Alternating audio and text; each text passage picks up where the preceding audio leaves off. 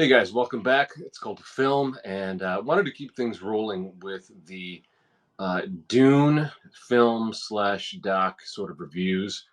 Last episode we did Jodorowsky's Dune, which again is an incredible documentary, uh, currently on Max, formerly HBO Max. Absolutely worth your time.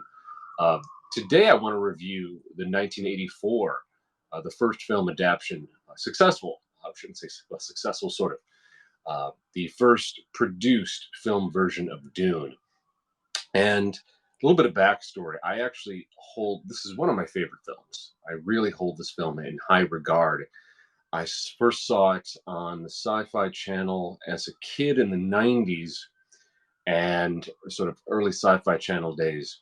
And really, I had heard of it. I remember seeing the action figures in stores as a little kid. Um,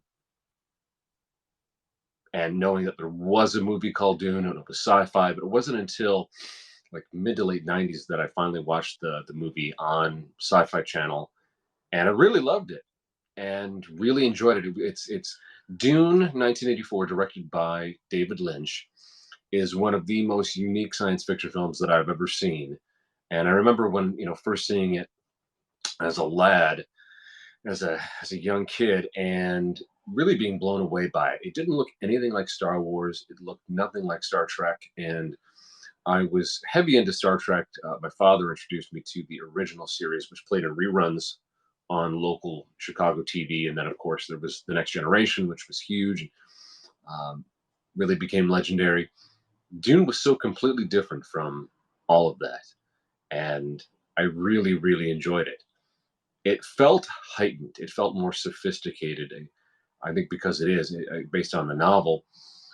Lynch really did I think, a really great job, as well a job as he could, dealing with um, apparently a lot of studio interference at the level that he did, with the visuals, including some of the more really esoteric, strange, and in some ways taboo aspects of some of the characters. And it was just fun. It was just really fun. It was really intriguing. To this day, the set designs, the costumes, the planets, the graphics, the visuals are really great. They really hold up. I don't think I've ever seen anything like Dune 1984. It's a movie I've probably watched 10 times in my life. And it wasn't until maybe the past 5 or so years that I learned that the film isn't really necessarily held in high regard. I remember when I first learned that it was a critical and box office flop when it hit theaters in 1984. So it came out the same year as Ghostbusters and a few other big films. And that really surprised me because I thought, first of all, the cast is pretty stacked. You have Kyle MacLachlan as Paul. Kyle MacLachlan had never been in a film before Dune 1984, and he looks incredible. He sounds incredible. You have Francesca Annis, who is an English actress, as Lady Jessica, and let me see here, as Duke Leto. Where are they hiding him? Jürgen Prochnow, who I believe is a German actor. It really worked. The the Harkonnens, or Harkonnens, as they say in the '84 movie, where Kenneth McMillan played Baron Harkonnen, in a really creepy, just so a very diseased, corrupt version, or portrayal of the Baron, was beautifully done. You had Sting as Fade, and I'm trying to think here what it was. Sorry, bear with me here. As Raban was a character actor named Paul L. Smith, who I believe also played Bluto in the Popeye movie in the early '80s with Robin Williams. It worked. It was great. You had other actors like Dean Stockwell played Dr. Yui in the film. Who else? Virginia Madsen played the daughter of the Emperor of the Known Universe. Jose Ferrer as Shadowin IV, the Emperor of the Known Universe. Patrick Stewart played Gurney. Chani was played by the great Sean Young. It's a pretty stacked cast. Really, really impressive. An ensemble cast. Again, the designs. There's so much in the designs of the ships, of the palaces, that sort of echo the designs from Jodorowsky's Dune. Not quite the same, but I thought they were beautiful anyway. And yeah, the criticism leveled against this movie, it's only got a 37% on Rotten Tomatoes, which I think is ridiculous. I feel so much of the hatred towards this movie is due to people being told it's a bad movie, and people being less and less able to exercise their own independent judgment, and or are going into the movie with that preconception. And I'm really glad that I saw the movie when I did, when I was young, before the internet and trolls, started poisoning absolutely everything. Because this film it deserves as big and as serious a critical reevaluation as Blade Runner got decades ago. Obviously, Blade Runner is a masterpiece, and I think Dune is a masterpiece as well. I know that David Lynch had a really tough time on the film, and he wasn't happy doing it. But I think for the first full screen adaptation of Dune, them not knowing if they were going to get multiple films, and I think the goal was to create this grand, dramatic sci-fi epic and it be a huge success and continue to do films.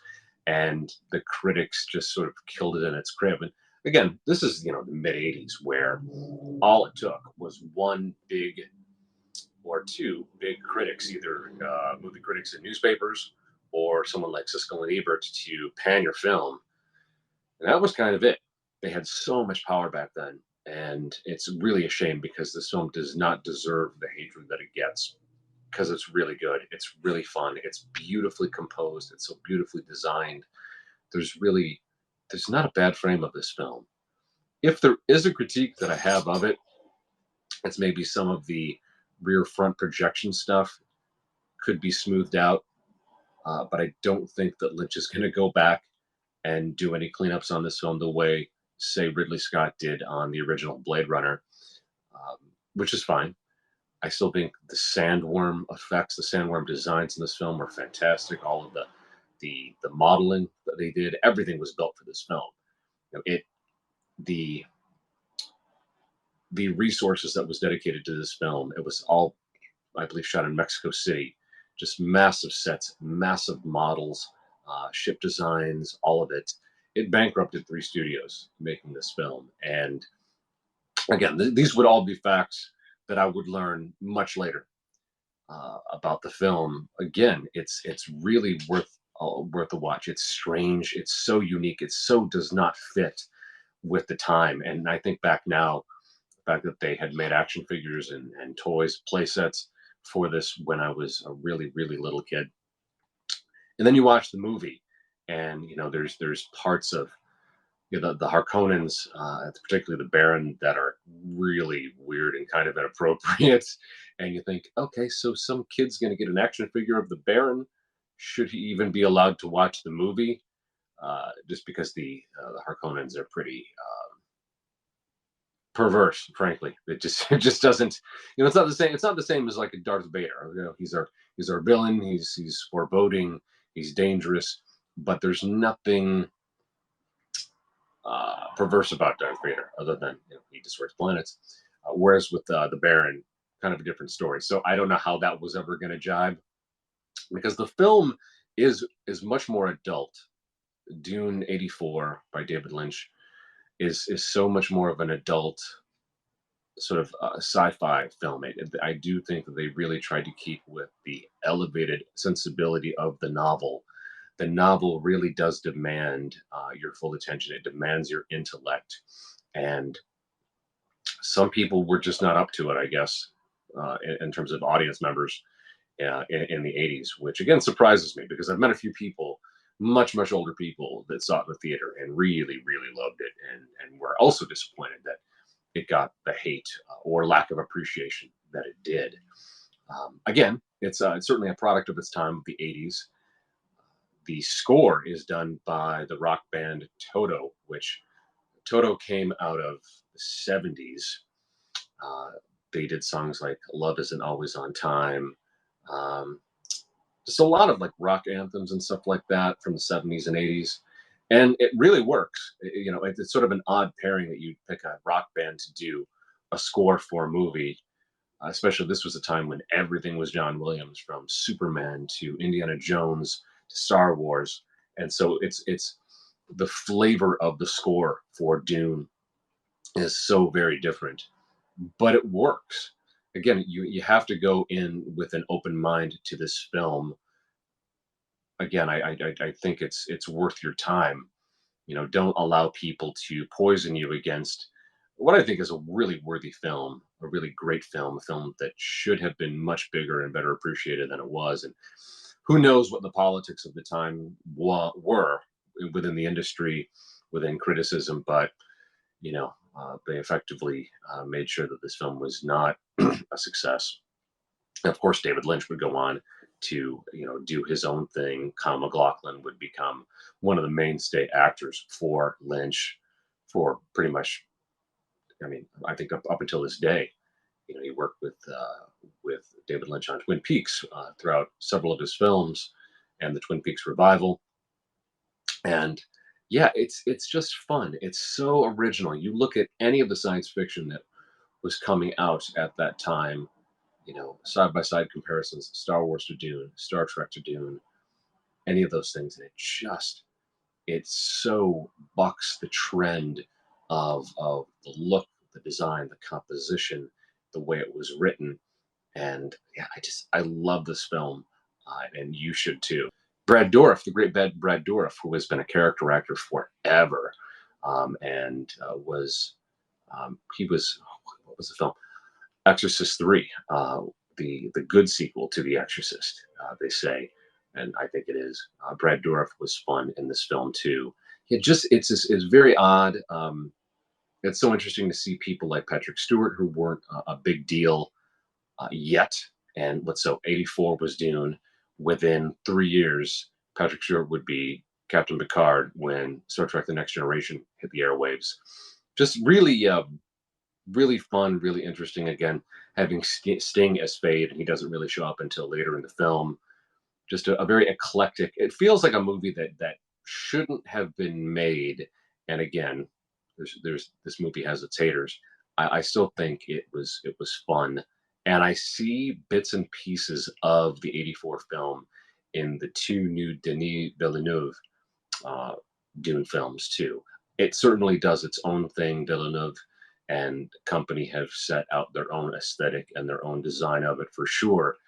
It's beautiful and it's fun to watch, but it's kind of interesting to see some of the stylistic interpretations in the new Dune films that do sort of connect or are reminiscent of Dune '84 and certainly of some of the design that Jodorowsky was doing. It's cool to see these threads sort of go through. But no, don't let people poison you against this film. It is beautifully acted. It is beautifully designed. God, they spent so much money on this movie, and you watch it, it just feels very rich. It feels very much like a Shakespearean piece. So I was trying to explain to a friend, what does Dune '84 remind me of, and it has a Henry IV Part 2, Henry V sort of vibe to it, but in space. Um, that level of greatness, that's sort of like I said, the elevation of it. There's nothing in this film that is cheesy or throwaway. It takes itself seriously. It clearly takes the source material of the novel seriously. So, when I've heard criticisms of that, I'm like, no, I don't think you really watch this movie because it absolutely takes the source material seriously. It takes there's a reverence for it, and that certainly is. It shows in the stature of the cast, and just you look at some of these sets, you look at some of the backgrounds, and you think, my God, they spent money on this. This was a labor of love, although it clearly wasn't an easy time of it for director David Lynch. And it's something that I don't think he likes the film, which is too bad because it's one of my favorite David Lynch films. and I do think it's a special piece of dramatic science fiction cinema that, like I said, deserves a serious critical reevaluation of the level of Blade Runner. And yeah, don't let other people decide for you. Check out this film, and if you do watch it, let me know in the comments below what you think. And if there's anything, any other gems, maybe of the '80s that we could review on the channel, I'm open to that as well. But yeah, check it out, guys. If you've enjoyed this episode, please like, subscribe, share, and we'll see you in the next one.